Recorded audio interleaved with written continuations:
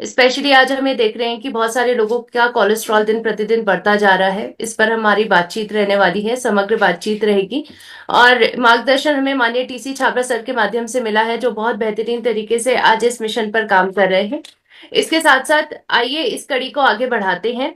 और इस कड़ी को आगे बढ़ाते हुए अब हमारी बातचीत स्पेशली रहने वाली है खान पान पर। हमारी आज चॉइसेस पर कि किस प्रकार से हम आज अपने खान पान से रिलेटेड चॉइसेस लेते हैं, क्या हम खा रहे हैं, क्या वो हेल्दी है, क्या वो हमारे शरीर के लिए अच्छा है। क्योंकि आपने एक लाइन जरूर सुनी होगी, कहते हैं जैसा खाएं अन्न वैसा बने मन और वैसा बने तन। यानी आपका तन और मन आपके खाने से बनता है, आपका खान पान ही आपके शरीर को बनाता है, आपके मन को बनाता है। तो आज अगर आप कोलेस्ट्रॉल को मैनेज करना चाहते हैं तो उसके लिए आपको अपने खान पान पर विशेष ध्यान देने की जरूरत है। ओवरऑल तरीके से बात की जाएगी और दिल को स्वस्थ बनाने के लिए, आपके कोलेस्ट्रॉल को मैनेज करने के लिए, समग्र जानकारी देने के लिए हमारे बीच में आज मौजूद है डाइटिशियन ईशा वशिष्ठ मैम। आप सभी जानते हैं कि भारत की जानी मानी डाइटिशियन है, इंडिया की मोस्ट एडमायर्ड वेलनेस एक्सपर्ट है मैम, डायरेक्टर हैं एपी ऑर्गेनिक्स की, और इसके साथ साथ सर्टिफाइड डाइटिशियन है और वर्ल्ड रिकॉर्ड होल्डर भी हैं। आज बेहतरीन तरीके से मैम बिल्कुल तन्मयता के साथ एक डिजीज फ्री इंडिया का निर्माण करने के मिशन पर मैम काम कर रही हैं। और आज हाई कोलेस्ट्रॉल को मैनेज करने पर हमें संपूर्ण जानकारी देने वाली हैं। तो आप सभी की जोरदार तालियों के बीच वेलकम करते हैं डाइटिशियन ईशा वशिष्ठ मैम का। Most welcome ma'am. Thank you Nidhi, thank you everyone. सबसे पहले मैं आप सबको, जितने भी हमारे पार्टिसिपेंट्स हमारे बीच यहाँ बने हुए हैं, आप सबको बहुत बहुत बधाई देती हूँ, क्योंकि आपने अपनी हेल्थ के लिए एक बहुत अच्छा डिसीजन लिया है इस वर्कशॉप को ज्वाइन करके, इस नॉलेज को लेकर, इस ज्ञान को लेने के लिए एक फैसला करके। और इसके साथ साथ मैं बहुत बहुत धन्यवाद करती हूँ आदरणीय टीसी छाबड़ा जी का, जो हमें इंस्पायर करते हैं कि हमें खुद के लिए नहीं, हमें अपने देश के लिए जीना है। और आज की डेट में हमारे देश के लिए सबसे बड़ा तोहफा यही हो सकता है अगर हम हर किसी को स्वस्थ कर दें, हर किसी को रोग मुक्त कर दें, सेहत के क्षेत्र में सही ज्ञान दे दें, क्योंकि यही सबसे बड़ी प्रॉब्लम है जो हमारा देश जूझ रहा है। और सर ने बिल्कुल सही कहा, अगर आप बीमार हैं तो सिर्फ आप अकेले बीमार नहीं हैं, आप अकेले परेशान नहीं हो रहे, आपका पूरा का पूरा परिवार परेशान हो रहा है और देश की इकोनॉमी को भी फर्क पड़ रहा है। आप अपने देश के लिए एसेट हो सकते हैं, तो अपनी स्वास्थ्य का ख्याल रखना, अपनी सेहत का ख्याल रखना हमारी बहुत बड़ी जिम्मेदारी है। तो उसी जिम्मेदारी को पूरा करने के लिए हम आपके बीच ये 3 दिन की वर्कशॉप लाए हैं, जो कोलेस्ट्रॉल मैनेजमेंट के विषय पर की जाएगी। और कई बार मैं कुछ साथियों को देखती हूँ, सुनती हूँ, क्योंकि मुझे बहुत सारे लोगों से मिलने का मौका मिलता है, तो उन्हें लगता है कि कोलेस्ट्रॉल की प्रॉब्लम तो जब मेरी उम्र बड़ी होगी या 40 साल का जब मैं होऊंगा तब कोलेस्ट्रॉल की प्रॉब्लम होगी। तो मैं आप सब से एक बार एक सवाल पूछती हूँ, आप खुद एक बार अपने आप को जवाब दीजिए, क्या वाकई में आपको लगता है कि आपकी आर्टरीज में, आपकी धमनियों में कोलेस्ट्रॉल तो जम ही नहीं सकता, या कोलेस्ट्रॉल का जमाव हो ही नहीं सकता एटलीस्ट तब तक जब तक आप 40 साल के हैं? क्या आपको ऐसा लगता है? तो जवाब है नहीं। आपको मैं मेडिकल फैक्ट बता देती हूँ। मेडिकल साइंस कहती है कि जब एक बच्चा पैदा होता है, जैसे ही उसका जन्म होता है, अगर कैमरा लगा के देखा जाए तो उसकी आर्टरीज एकदम साफ होंगी। लेकिन जैसे जैसे वो बड़ा होता है, उसकी खाने पीने की आदतों से उसकी आर्टरीज में कोलेस्ट्रॉल प्लेक डेपोजिशन, जिसे हम ब्लॉकेज बोलते हैं, वो शुरू हो जाता है। हो सकता है सिम्टम्स आपको 40 साल के बाद नजर आए, हो सकता है 40 साल के बाद हार्ट की प्रॉब्लम हो, बीपी की प्रॉब्लम हो, लेकिन ये नहीं है कि वो कोलेस्ट्रॉल का जमाव 40 की उम्र में हुआ है। हमारी खान पीन की आदतों की वजह से वो बचपन से ही शुरू हो चुका है। और आप में से बहुत सारे लोग ये सुनकर हैरान होंगे, आप गूगल कर सकते हैं इस फैक्ट को। अमेरिकन एकेडमी ऑफ पीडियाट्रिक्स कहती है, यानी अमेरिकन एकेडमी ऑफ पीडियाट्रिक्स जो बच्चों की वहां पर एकेडमी है, बहुत बड़ा ऑर्गेनाइजेशन है, वो कहते हैं कि पहला कोलेस्ट्रॉल टेस्ट 9 से 11 साल की उम्र में हो जाना चाहिए। और जिन फैमिलीज में हार्ट के इश्यूज हैं, बीपी के इश्यूज हैं, जिनके पेरेंट्स में या ग्रैंड पेरेंट्स में, उन बच्चों का कोलेस्ट्रॉल टेस्ट डॉक्टर्स इवन 2 साल की उम्र में ही रेकमेंड कर देते हैं, क्योंकि अगर जल्दी पता चल जाता है तो उस पर जल्दी काम किया जा सकता है और बच्चे को बहुत सारी आने वाली बीमारियों से बचाया जा सकता है। अब बहुत सारे लोगों को शायद ये बहुत हंसी वाली बात लग रही होगी, मजाक लग रहा होगा कि 9 साल के बच्चे को कोलेस्ट्रॉल का टेस्ट करवाने की क्या जरूरत है। लेकिन prevention is always better than cure. यानी कि अगर हम पहले ही सतर्क होंगे, जागरूक होंगे, अपने लाइफस्टाइल को सही रखेंगे, तो हम इस प्रॉब्लम से बच सकते हैं जिसका नाम है कोलेस्ट्रॉल ब्लॉकेज। इंडिया में तो मैंने देखा है, क्योंकि जैसे मैंने आपको बताया, बहुत सारे लोगों से पर्सनली भी मिलने का मौका मिलता है, ग्रुप्स में भी मिलने का मौका मिलता है, डॉक्टर्स से बात करने का मौका मिलता है। तो इंडिया में तो लोग कोलेस्ट्रॉल का टेस्ट करवाते ही नहीं। तब तक नहीं करवाते जब तक डॉक्टर नहीं कहते कि आपको सीढ़ियां चढ़ते हुए सांस चढ़ रहा है, हो सकता है आपका कोलेस्ट्रॉल बढ़ चुका हो, तो आप अपना टेस्ट करवा लीजिए। जनरल टेस्ट कोई करवाते ही नहीं है। आज मैं आपको एक सिंपल रूल बताती हूं।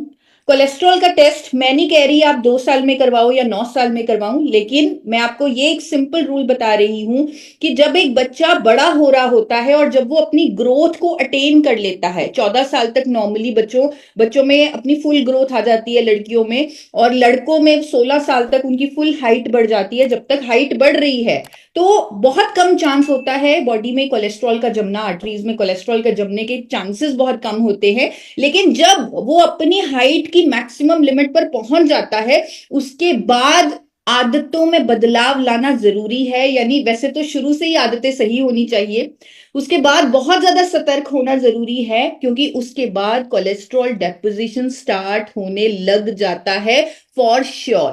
और कोलेस्ट्रॉल इतना बुरा नहीं है। कोलेस्ट्रॉल के लेवल्स अगर बिगड़ जाए तो बुरा होता है, अगर वो ब्लॉकेज हो जाए तो बुरा होता है। कई बार कोलेस्ट्रॉल कोलेस्ट्रॉल के नाम से हम डरने लगते हैं, लेकिन मैं आपको मेडिकली बताती हूँ, कोलेस्ट्रॉल हमारे शरीर के लिए बहुत जरूरी है।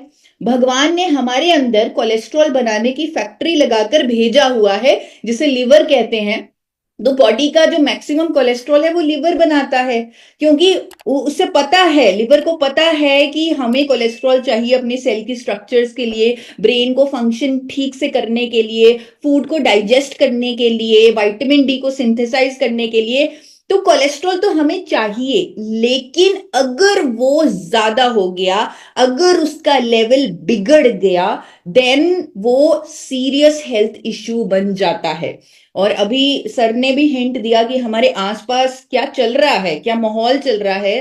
दैट मीन्स वहां पर हमें समझ में आ रहा है कि लोगों का जो कोलेस्ट्रॉल नंबर है वो बिगड़ा हुआ है, ना जाने कब से, कभी चेक नहीं करवाया, कभी पता नहीं लगा। आदतें इतनी खराब हैं, लाइफस्टाइल इतना खराब है कि हार्ट इश्यूज इवन यंग लोगों में हो रहे हैं।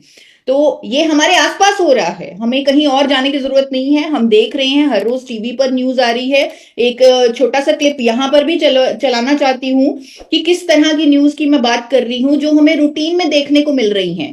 30 सितंबर को यहाँ गरबा कार्यक्रम का आयोजन किया गया था, जिसमें एक 21 साल का लड़का गरबा करते समय अचानक नीचे गिर गया, और जब उसे अस्पताल ले जाया गया तो पता चला कि उसकी हार्ट अटैक से मौत हो चुकी थी। गुजरात के अलावा इसी तरह की घटना मुंबई के पास पालघर में भी हुई, जहां 35 साल के एक व्यक्ति को गरबा करते समय हार्ट अटैक आया और इसके बाद उसकी मौत हो गई। अब इससे भी दुखद बात यह है कि जब इस व्यक्ति के पिता को उसकी मौत की जानकारी मिली, तो पिता को भी इतना गहरा सदमा लगा कि उन्हें भी हार्ट अटैक आ गया और उनकी भी मौत हो गई। यानी एक ही रात में पिता और पुत्र दोनों की हार्ट अटैक से मृत्यु हो गई। पहले 35 साल के बेटे ने हार्ट अटैक से जान गंवाई और फिर 65 साल के पिता की भी सदमे की वजह से मौत हो गई। पालघर के अलावा उड़ीसा में भी कुछ ऐसा ही हुआ। अब देखिए कितना शॉकिंग है ये, 21 साल के युवक की मौत हो रही है, 35 साल के युवक की मौत हो रही है। और जिस तरह अभी हमें सर ने बताया कि एक नहीं, पूरा परिवार बिखर जाता है अगर एक व्यक्ति को इस तरह का कुछ हो जाए। तो बहुत जरूरी है कि हम हार्ट डिजीजेस से बच पाएं, और हार्ट डिजीजेस का सबसे बड़ा दुश्मन है कोलेस्ट्रॉल डेपोजिशन। और आप हैरान हो जाएंगे ये जानकर, ये वर्कशॉप हर इंडियन के लिए जरूरी है, हर इंडियन को जानना जरूरी है इसके बारे में। कि हम सोचते हैं कि कोलेस्ट्रॉल सिर्फ हमारे हार्ट का दुश्मन है, लेकिन कोलेस्ट्रॉल डेपोजिशन यानी कोलेस्ट्रॉल के लेवल्स का बिगड़ना वो हमारे पूरे शरीर के लिए नुकसानदायक है। बीपी की प्रॉब्लम हो जाती है अगर हमारे ब्लड वेसल्स में कोलेस्ट्रॉल बिल्डअप हो जाए, तो हमारे हार्ट को बहुत ज्यादा जोर से पंप करना पड़ता है, जिसके कारण हाई ब्लड प्रेशर की प्रॉब्लम होती है। ब्रेन स्ट्रोक हो सकता है because of cholesterol deposition. Liver की प्रॉब्लम्स हो जाती हैं, लिवर के इश्यूज हो जाते हैं, बीमारी हो जाती है कोलेस्ट्रॉल डेपोजिशन के कारण। वेरिकोज वेन की प्रॉब्लम हो जाती है, क्योंकि ब्लड का सर्कुलेशन रुक जाता है। और हार्ट डिजीजेस तो होता ही है, पैंक्रियाज को प्रॉब्लम हो सकती है, अर्थराइटिस, जॉइंट पेन्स, कितनी सारे हेल्थ इश्यूज, इवन कैंसर तक की बीमारी हो सकती है अगर हमारे शरीर के अंदर कोलेस्ट्रॉल डेपोजिशन हो रखा है। तो सिर्फ हार्ट नहीं, पूरा शरीर इंपैक्ट होता है, हमारे ऑर्गन्स इंपैक्ट होते हैं इस ब्लॉकेज की वजह से, जिसका नाम है कोलेस्ट्रॉल डेपोजिशन, कोलेस्ट्रॉल का डिपॉजिट होना। और एक सर्वे हुआ, आईसीएमआर ने करवाया, जहां पर अलग अलग लोगों के अलग अलग स्टेट्स में सैंपल्स लिए गए, रैंडम ब्लड सैंपल्स लिए गए, और ये सामने आया कि 80% भारतीयों का कोलेस्ट्रॉल बिगड़ा हुआ है, यानी कि उनका बुरा कोलेस्ट्रॉल ज्यादा है, अच्छा कोलेस्ट्रॉल कम है। और जब कोलेस्ट्रॉल बिगड़ जाता है, यानी बुरा कोलेस्ट्रॉल ज्यादा हो जाता है, तो दवाइयां देनी पड़ती हैं डॉक्टर्स को, और मोस्ट कॉमन ड्रग कोलेस्ट्रॉल को कम करने के लिए है स्टैटिन। तो स्टैटिन बनाने वाली कंपनी बोलती है कि इससे साइड इफेक्ट होंगे, इस दवाई लेने से आपको मसल डैमेज होगा, मेमोरी लॉस होगा, आप भूलने की बीमारी हो सकती है, आपको डायबिटीज की बीमारी हो सकती है। ये डॉक्टर्स भी बोलते हैं जब वो पेशेंट्स को स्टैटिन देते हैं। और आप किसी भी व्यक्ति को मिल लीजिए जो लगातार कुछ महीनों से स्टैटिन ले रहा है, तो वो आपको कहेगा कि मुझे मेरे मसल्स में दर्द होता है, रात को मैं अचानक से उठ जाता हूं क्योंकि मेरे एकदम से जैसे नस चढ़ जाती है, वैसा फीलिंग आता है। तो इस तरह की प्रॉब्लम्स होती हैं इन दवाइयों से, जो हमें कोलेस्ट्रॉल को मैनेज करने के लिए लेनी पड़ती हैं। तो मैं ये कहूंगी, सबसे रिक्वेस्ट करूंगी, निवेदन करूंगी कि हम किसी चीज को तो ही कंट्रोल कर सकते हैं अगर हम उसे मेजर कर पाएं। तो एक बार ईयरली टेस्ट आप जरूर करवाएं। वैसे मैंने आपको रूल बताया कि पहला कोलेस्ट्रॉल टेस्ट कब होना चाहिए, लेकिन फिर भी मैं आपको कहूंगी कि 18 साल, तो ज्यादा से ज्यादा 18 साल तक आप वेट कर लीजिए, लेकिन 18 साल में तो एक लिपिड प्रोफाइल टेस्ट यानी कोलेस्ट्रॉल का टेस्ट हो जाना चाहिए। इस टेस्ट का नाम लिपिड प्रोफाइल टेस्ट है। ये खाली पेट किया जाता है। इसे करवाने से पहले आपकी 7 से 8 घंटे की फास्टिंग होनी चाहिए। और जो आपकी रिपोर्ट आती है, और यहां पर बहुत इंपॉर्टेंट बात मैं ये बताना चाहती हूं, मेरे पास बहुत सारे क्लाइंट्स आते हैं, बहुत सारे लोग आते हैं जो कहते हैं कि मेरा कोलेस्ट्रॉल बढ़ा हुआ है। तो जब मैं उनकी रिपोर्ट देखती हूँ, उन्होंने टोटल कोलेस्ट्रॉल करवाया होता है, उन्होंने एलडीएल, एचडीएल, पूरा लिपिड प्रोफाइल टेस्ट नहीं करवाया होता। टोटल कोलेस्ट्रॉल में अच्छा कोलेस्ट्रॉल, जिसे एचडीएल बोलते हैं, जो हमारे दिल की सेहत के लिए बहुत अच्छा है, वो भी इंक्लूडेड होता है। तो सिर्फ टोटल कोलेस्ट्रॉल चेक करके आप ये अनुमान नहीं लगा सकते कि शरीर में कोलेस्ट्रॉल डेपोजिशन है या नहीं। टोटल कोलेस्ट्रॉल का नंबर जरूर 200 से नीचे चाहिए, लेकिन ये भी डॉक्टर्स चेक करते हैं, रिपोर्ट में चेक किया जाता है कि एचडीएल अगर ज्यादा है तो टोटल कोलेस्ट्रॉल अगर 210 या 220 या 230 भी है तो भी कोई प्रॉब्लम नहीं है। जैसे मेरा एचडीएल जो गुड कोलेस्ट्रॉल है, वो मेरा एचडीएल जो है वो 85 है, यानी 85 के करीब है। तो मेरा टोटल कोलेस्ट्रॉल 200 से थोड़ा सा ऊपर है। क्यों? क्योंकि मेरा एचडीएल ज्यादा है। और एचडीएल कम से कम 50 चाहिए। जो गुड कोलेस्ट्रॉल है वो कम से कम 50 चाहिए, 50 चाहिए, 50 होना ही चाहिए हर किसी का। तो अगर किसी का 50 से कम है, यानी उन्हें दिल की बीमारियों का खतरा है, तो जिसे ऊपर करना बहुत जरूरी है। और उससे हम लाइफस्टाइल से ही ऊपर कर सकते हैं, या एक साइंटिफिक सपोर्ट हमारे पास इंडिया में पहली बार अवेलेबल है, उसकी हेल्प से ऊपर किया जा सकता है, जिसके बारे में हम आपको बताएंगे। और साथ ही साथ जो बुरा कोलेस्ट्रॉल है, जिसे एलडीएल बोलते हैं, वीएलडीएल बोलते हैं, ट्राइग्लिसराइड बोलते हैं, उनकी भी रेंजेस आपके सामने है। आपको नॉलेज होनी चाहिए, आपको अवेयरनेस होनी चाहिए कि एलडीएल जो है वो 100 से नीचे होना चाहिए, वीएलडीएल की जो रेंज है वो 5 से 30 होनी चाहिए, ट्राइग्लिसराइड 150 से कम होना चाहिए। अगर आपका ट्राइग्लिसराइड बढ़ा हुआ है, अगेन कोलेस्ट्रॉल डेपोजिशन का रिस्क है। तो यहां पर हम आपको डराना नहीं चाहते, आपको किसी भी तरह का कोई डर नहीं होना चाहिए, एक विश्वास होना चाहिए। एक बहुत अच्छी स्टार्ट की टीसी सर ने, बहुत अच्छी शुरुआत की इस वर्कशॉप की, कि बिलीफ रखो अपने अंदर कि मैं अपने अंदर सब कुछ ठीक कर सकता हूं, मैं अपनी बॉडी का खुद ध्यान रख सकता हूं, जो आदतें हैं उन्हें चेंज कर सकता हूं। एक विश्वास के साथ आपको इस पूरी की पूरी वर्कशॉप में बैठना है। हम आपको विश्वास दिलाते हैं कि हम हर वो एफर्ट करेंगे, पूरे नॉलेज आपको देंगे। इवन आपके बीच में हम डॉक्टर्स तक की स्टेटमेंट्स लेके आएंगे कि आपको पूरा का पूरा 100% विश्वास होगा कि हाँ, मैं अपने कोलेस्ट्रॉल को हमेशा के लिए मैनेज रख सकता हूं। अगर बढ़ा हुआ है तो बिना स्टैटिन के उसे लो कर सकता हूं, उसे कम कर सकता हूं और अपने अच्छे कोलेस्ट्रॉल को बढ़ा सकता हूं, बुरे कोलेस्ट्रॉल को रेंज में ला सकता हूं, वो भी नेचुरल तरीकों से, अपनी बॉडी पे खुद कंट्रोल करके, अपने आप की खुद जिम्मेदारी लेकर मैं ये सब कुछ कर सकता हूं। मुझे मालूम है हमेशा हर चीज के दो रास्ते होते हैं, एक आसान रास्ता, एक मुश्किल रास्ता। आसान रास्ता है कि स्टेटिन ले ली जाए, फटाफट कोलेस्ट्रॉल ठीक हो जाएगा। मुश्किल रास्ता है कि खुद को बदला जाए, नेचुरल चीजें अडॉप्ट की जाए, अपने लाइफस्टाइल में चेंजेस लाई जाए। अब तो हमारे पास साइंटिफिक सपोर्ट भी है, नेचुरल साइंटिफिक सपोर्ट है जो हमारे हर एफर्ट को रिजल्ट में भी कन्वर्ट करेगी। तो उसके बारे में भी आपको बताएंगे। ये रास्ता मुश्किल है, लेकिन जब हमने जिम्मेदारी ली है तो हम उससे पूरा करेंगे और खुद को स्वस्थ करेंगे। और ये सिर्फ हम नहीं कर रहे, बहुत सारे डॉक्टर्स भी ऐसा करते हैं। आपने अक्सर सुना होगा, मैं आपसे एक उदाहरण के तौर पे मैं आपको बताती हूँ। मैं एक डॉक्टर को जानती हूँ जो लुधियाना की टॉप मेडिसिन की एक्सपर्ट डॉक्टर हैं। उनके बारे में मैंने कई लोगों से सुना है कि अगर कोई व्यक्ति उनके पास जाता है तो वो उसका बीपी जब चेक करती हैं और वो देखती हैं कि उसका बीपी बढ़ा हुआ है, तो वो उसे एकदम से दवाई नहीं देती। वो कहती हैं तुम्हें 1 हफ्ता मेरे पास आना है, मैं हर रोज तुम्हारा बीपी चेक करूंगी, क्योंकि अगर हो सकता है ये बीपी तुम्हारा स्ट्रेस की वजह से बढ़ा हो, कल को वो ठीक आ जाए, मैं तुम्हारी दवाई नहीं शुरू करना चाहती। वो इस तरह कहती हैं। एक और डॉक्टर हैं जिनको बहुत, अगेन उनका लुधियाना में बहुत नाम है।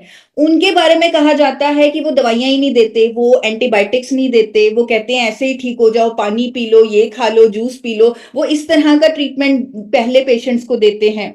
मैं खुद बताती हूँ, मेरी मेरी छोटी बेटी बहुत कहने लग गई थी कि मम्मा मेरे पेट में दर्द होता है, पेट में दर्द होता है। मैं खुद डॉक्टर के पास गई और मैंने बोला कि आप इसका जो भी टेस्ट है आप करवाइए, ये क्यों बार बार बोल रही है मेरे पेट में दर्द है, पेट में दर्द है। तो डॉक्टर ने बोला कि ये सिर्फ आपकी अटेंशन मांग रही है, आप उससे खेलने लग जाइएगा, उससे बात कर लीजिएगा, तो ये नहीं कहेगी कि मेरे पेट में दर्द है। और ऐसा ही हुआ। तो बहुत सारे ऐसे डॉक्टर्स हैं जो आपको कहते हैं कि आप अपना हवा पानी बदलिए, आप अपना लाइफस्टाइल चेंज कीजिए। तो अकेले हम नहीं, बहुत सारे डॉक्टर्स इस मिशन में शामिल हो चुके हैं और वो भी जानते हैं कि दवाइयों के जो साइड इफेक्ट्स हैं वो कितने खतरनाक हैं, और अगर बहुत ही जरूरी होता है तो भी वो पेशेंट को दवाइयां प्रिस्क्राइब करती हैं। मैं ये नहीं कह रही कि हम यहाँ पर डॉक्टर बन के आए हैं, लेकिन मैं ये कह रही हूं कि हमारा भी मकसद उन्हीं की तरह है कि हम अगर लाइफस्टाइल डिजीजेस को अपनी लाइफस्टाइल चेंजेस से ठीक कर सकते हैं, तो हम दवाइयों के विशियस सर्कल में क्यों फंसें, उनके साइड इफेक्ट्स क्यों लें, नई नई बीमारियां अपने अंदर क्यों डालें उन दवाइयों की वजह से। तो यही हमारा पर्पस है कि आपको सही नॉलेज दें। और कोलेस्ट्रॉल तो ऐसी प्रॉब्लम है जिसे हम मैनेज कर सकते हैं। हम ऐसी अपनी लाइफस्टाइल रख सकते हैं कि वो कभी हमारे अंदर जमे ही ना, कोलेस्ट्रॉल हमारी आर्टरीज में जमे ही ना। उसके लिए क्या क्या छोटी छोटी चीजें हम कर सकते हैं, वो अब मैं आपको बताने वाली हूं।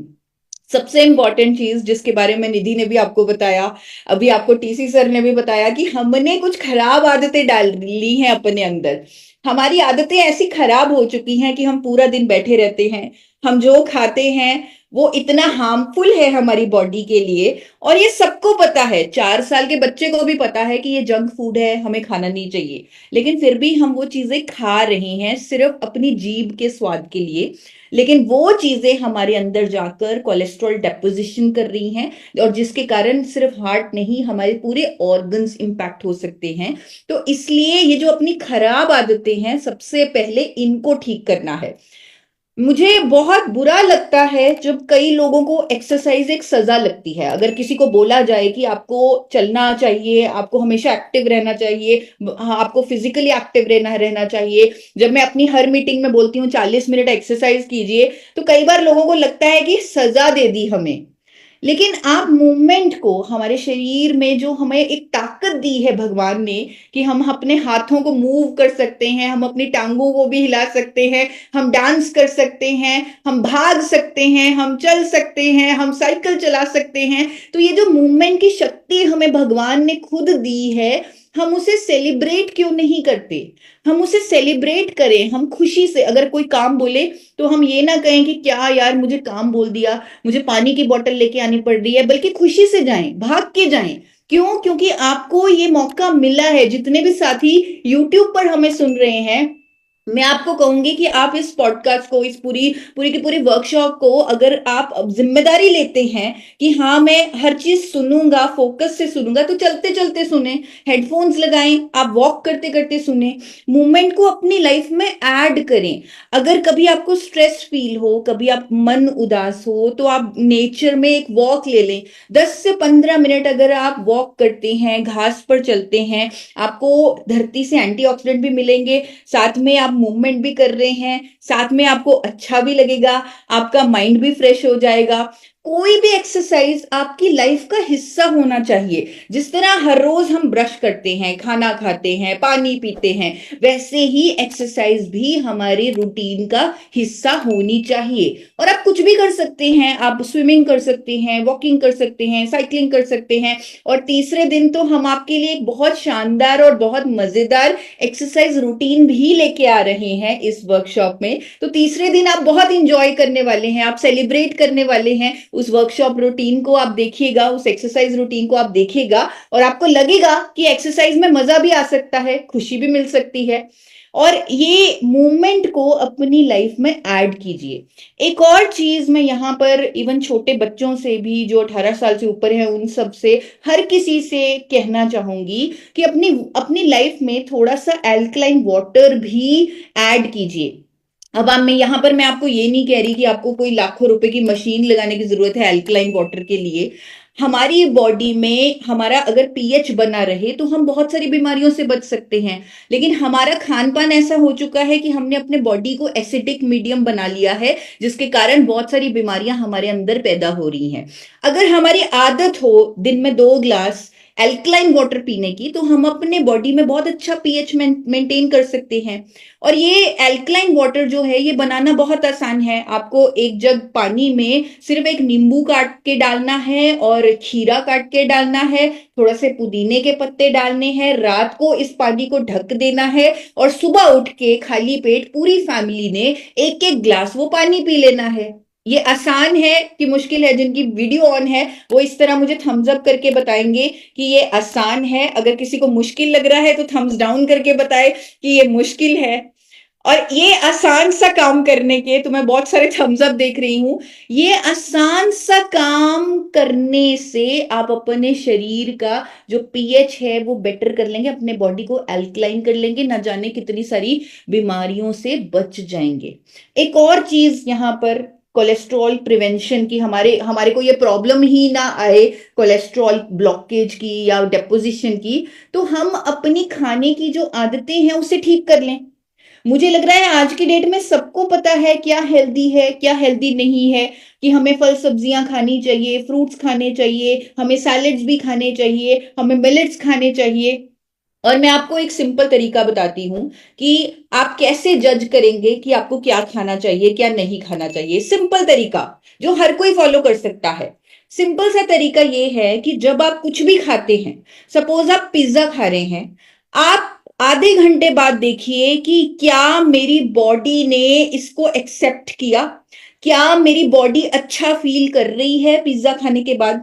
उस टाइम का मजा मत देखिए। जब आप पिज्जा खा रहे हैं उस टाइम हो सकता है आपको वो चीज मुंह में आए, आपको अच्छा लगे, लेकिन आधे घंटे बाद आपको जज करना है कि आधे घंटे बाद आपकी बॉडी कैसे फील कर रही है, कि आपका पेट भारी भारी हो रहा है या आपकी बॉडी में एक ठंडापन और अच्छा सा फीलिंग आ रहा है। तो पिज्जा खाकर ऐसा नहीं होगा, आपकी बॉडी भारी भारी फील करेगी, किसी को एसिडिटी भी हो सकती है, और आपकी बॉडी खुद कहेगी कि मुझे अच्छा नहीं लगा।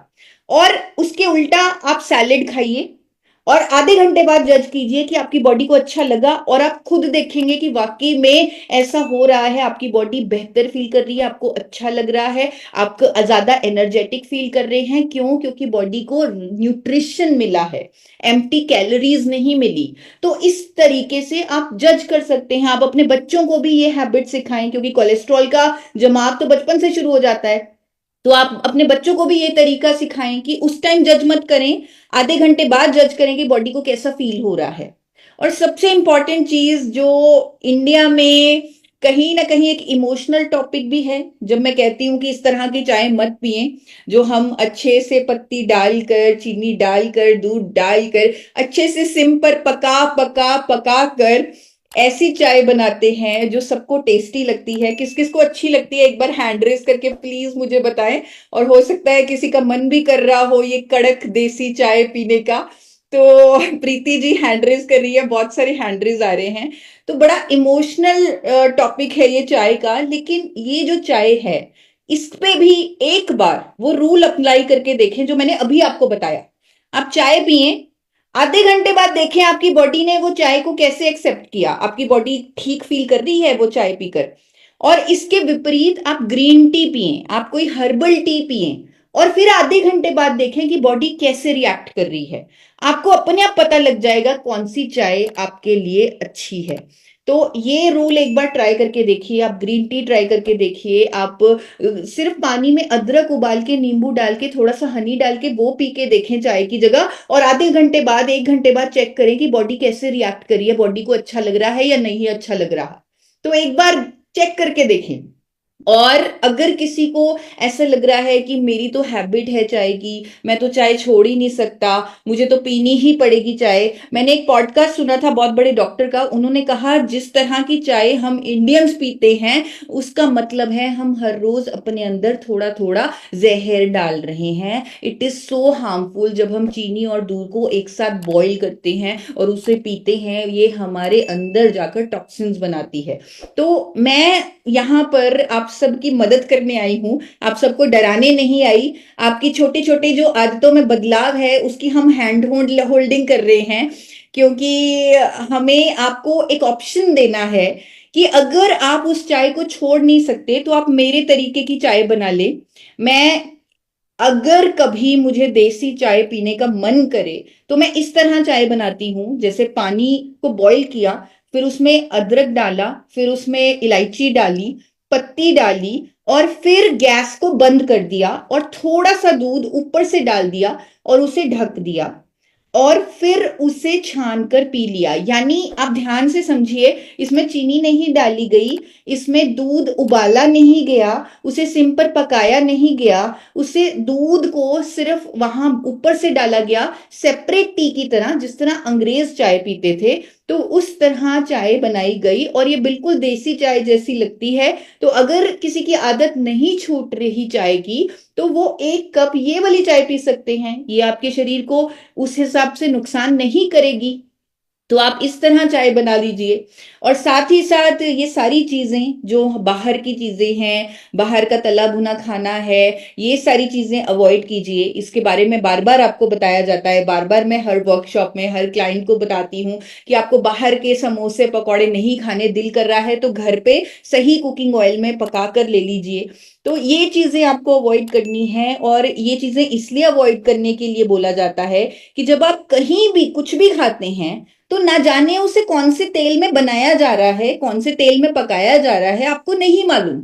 और बार बार तेल को फ्राई करने से प्लस गलत तेल इस्तेमाल करने से हमारे अंदर कोलेस्ट्रॉल डिपोजिशन का चांस बहुत ज्यादा बढ़ जाता है, क्योंकि हम अपने अंदर अनइंटेंशनली बहुत सारा ट्रांस फैट डाल रहे हैं, जिसकी वजह से कोलेस्ट्रॉल की प्रॉब्लम, इनफर्टिलिटी की प्रॉब्लम, डिप्रेशन की problem, obesity, cancer, diabetes, even Alzheimer जैसी बीमारी होती है ट्रांस फैट्स की वजह से। दैट मीन्स बहुत जरूरी है कि जो आप कुकिंग ऑयल इस्तेमाल कर रहे हैं वो भी सही होना चाहिए। और यहां पर छोटी सी एक नॉलेज देना चाहूंगी कि हर तेल में 3 तरह का फैट होता है, सफा, पुफा और मुफा, और वो हमारे अच्छे और बुरे कोलेस्ट्रॉल को अलग अलग तरीके से इंपैक्ट करता है। क्योंकि तेल की चॉइस बहुत जरूरी है।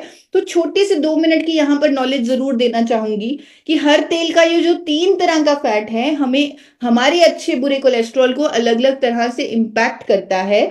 और हमारे आईसीएमआर NIN कहते हैं कि हमें इन तीनों तरह के फैट को सही मात्रा में लेना है, यानी इन तीनों तरह के फैट को ऑलमोस्ट बराबर बराबर लेना है। इसलिए आपने सुना होगा डॉक्टर्स कहते थे कि तेल बदल बदल के यूज कर लो, क्योंकि कोई भी तेल या तो ऐसा होता था जिसमें सफा बहुत ज्यादा है, या तो ऐसा होता था जिसमें पुफा बहुत ज्यादा है, तो वो शरीर को कहीं ना कहीं नुकसान ही कर देता था तेल को बदलना।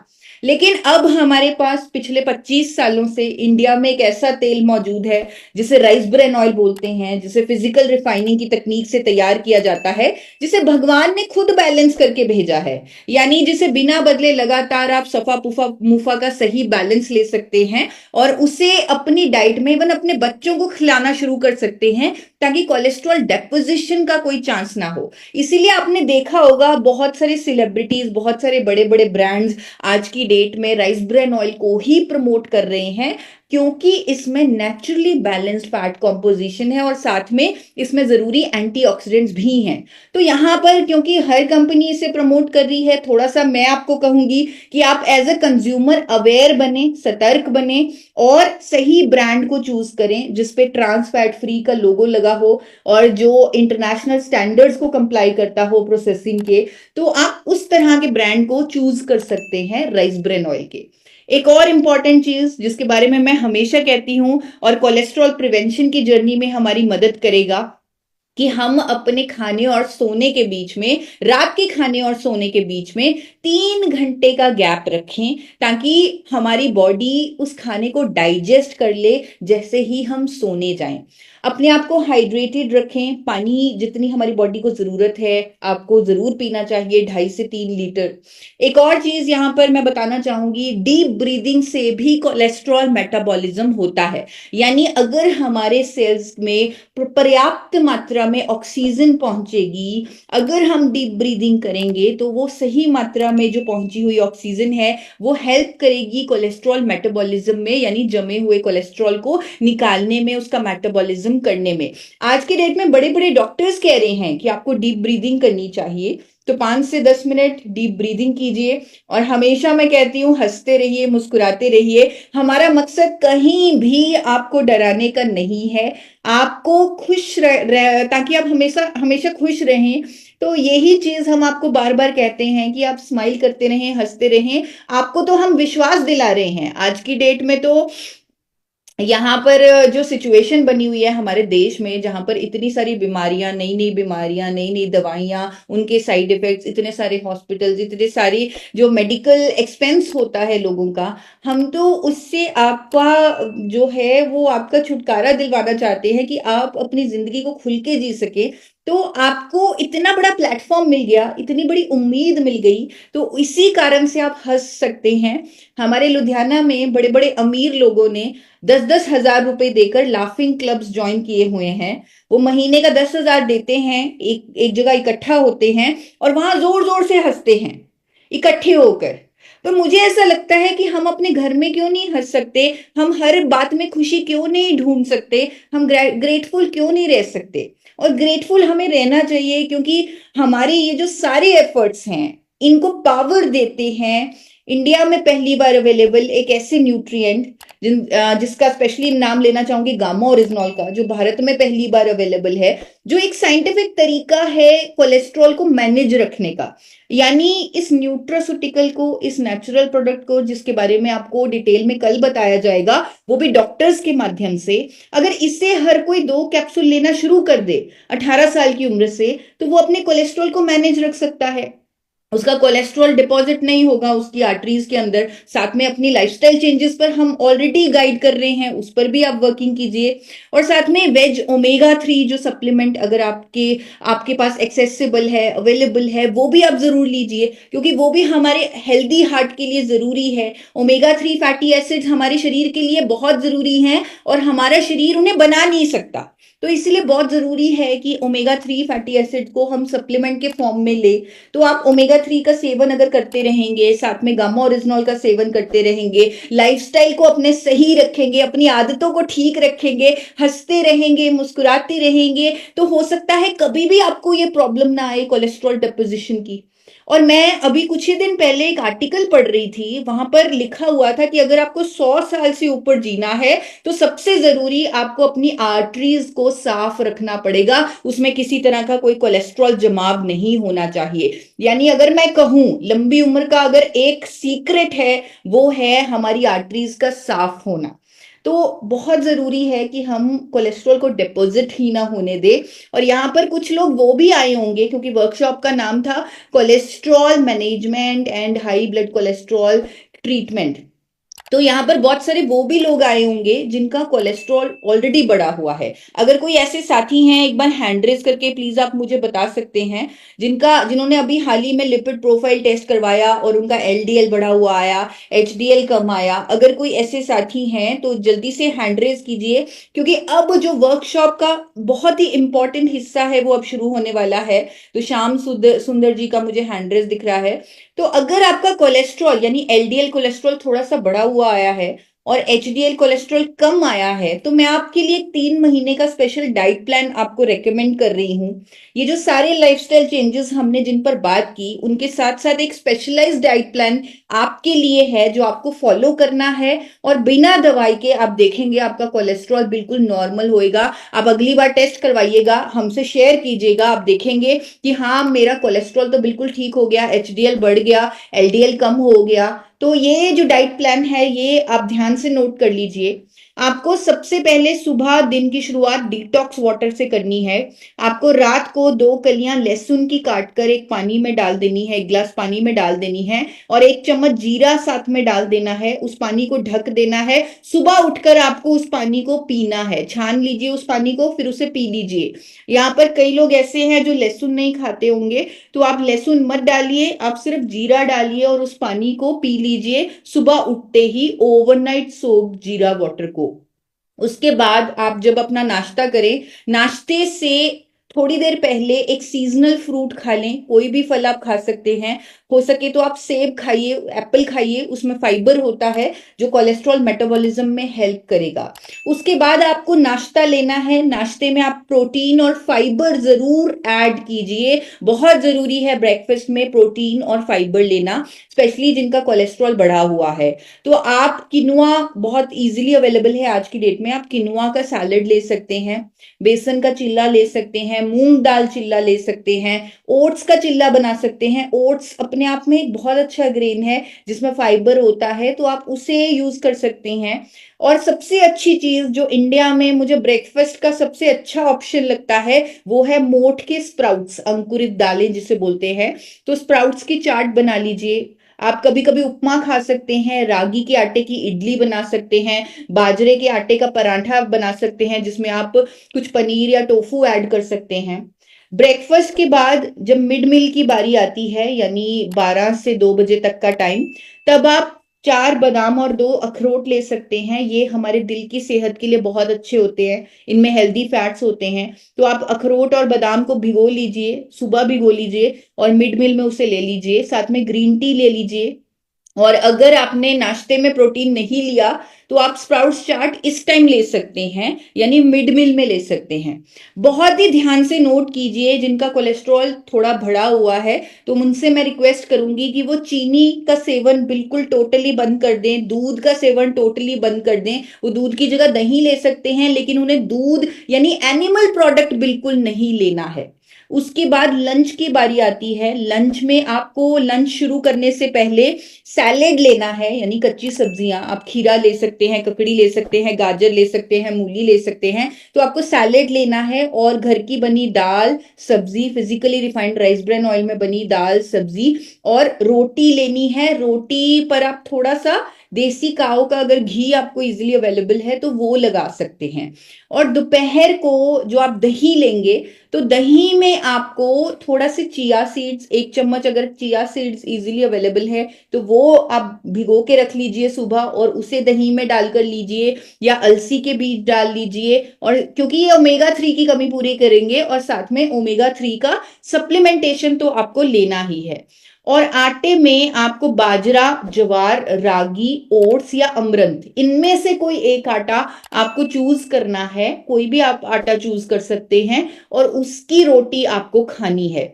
यहां पर आप ध्यान से नोट कीजिए, वीट यानी गेहूं की रोटी हम आपको अवॉइड करने के लिए बोलेंगे, क्योंकि ग्लूटेन जो है, जो गेहूं में होता है, वो कहीं ना कहीं कोलेस्ट्रॉल डेपोजिशन का, जिसकी काफी स्टडीज भी आ चुकी हैं, तो कोलेस्ट्रॉल डेपोजिशन का कारण बनता जा रहा है। तो इसीलिए थोड़ा सा 3 महीने के लिए आप वीट को अवॉइड कीजिए, जब तक आपका लिपिड प्रोफाइल टेस्ट बिल्कुल टोटली ठीक नहीं आ जाता। फिर उसके बाद डिनर में आपको डिनर को लाइट रखना है। आप सूप ले लीजिए, सैलेड ले लीजिए, या कोई भी सब्जी खा लीजिए। यहाँ पर आपको चावल या रोटी नहीं खाना है डिनर में। और एक इम्पॉर्टेंट चीज यहाँ मैं बताना चाहती हूँ, स्पेशली जिनका कोलेस्ट्रॉल बढ़ा हुआ है, आपको सुबह के नाश्ते में 2 कैप्सूल गामा ओरिजिनॉल के लेने हैं और डिनर में भी 2 कैप्सूल गामा ओरिजिनॉल के लेने हैं, यानी टोटल आपको 4 कैप्सूल लेने हैं। और विद इन 3 मंथ्स आप ऑसम रिजल्ट्स देखेंगे, आप खुद देखेंगे, आपकी रिपोर्ट्स आपको बताएंगी कि आपको बहुत अच्छे रिजल्ट्स दिख रहे हैं। आपका HDL यानी अच्छा कोलेस्ट्रॉल बढ़ रहा है, बुरा कम हो रहा है और आप ज्यादा एनर्जेटिक एक्टिव फील कर रहे हैं। तो लास्ट में एक बोनस टिप देना चाहूंगी उन लोगों का जिनका कोलेस्ट्रॉल अभी रेंज से बाहर है। आप इंटरमिटेंट फास्टिंग कीजिए। किस किस ने इंटरमिटेंट फास्टिंग के बारे में सुना है, एक बार वो हैंड रेस करके प्लीज मुझे बताएं जल्दी से। जिनकी वीडियो ऑन है, मैं आपको देख पा रही हूं, आप जल्दी से हैंड रेस करके मुझे बताएं।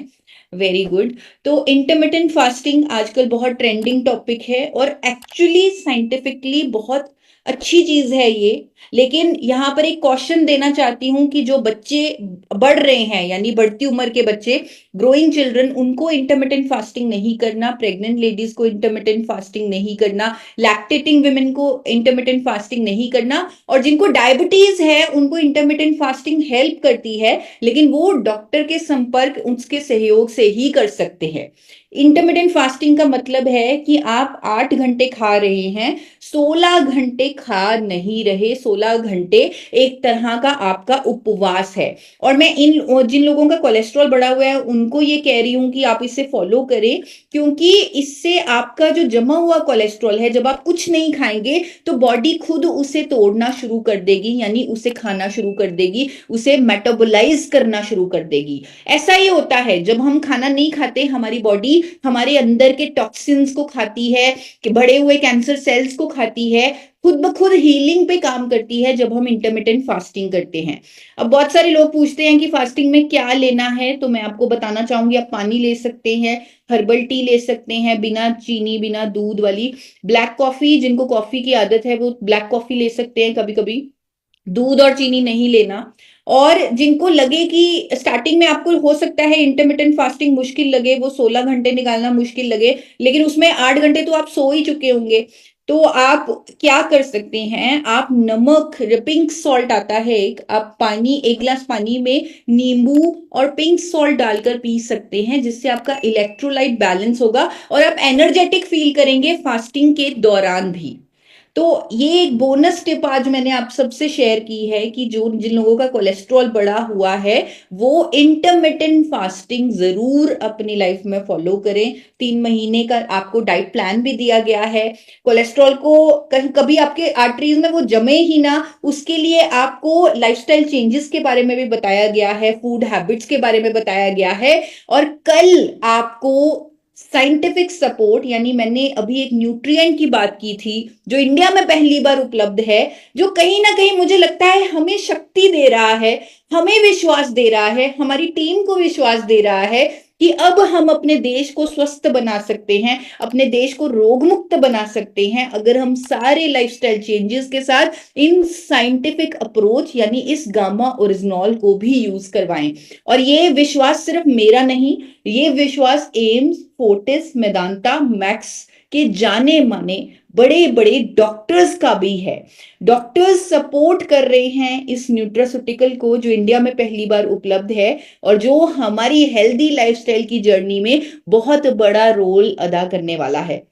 तो कैसे ये कोलेस्ट्रॉल प्रिवेंशन में मदद करता है, कोलेस्ट्रॉल के ट्रीटमेंट में मदद करता है, इसके बारे में मेरे साथ कल बहुत सारे डॉक्टर्स भी होंगे, उनकी स्टेटमेंट शोकेस की जाएंगी, उनकी वीडियोस के माध्यम से बताया जाएगा उनका ओपिनियन इस साइंस के ऊपर। तो कल का सेशन बहुत इंपॉर्टेंट है आप सबके लिए, पूरे देश के लिए। आप सबसे निवेदन है कल के सेशन में जरूर ज्वाइन करें और इसके बारे में सीखें, इसकी साइंस को समझें।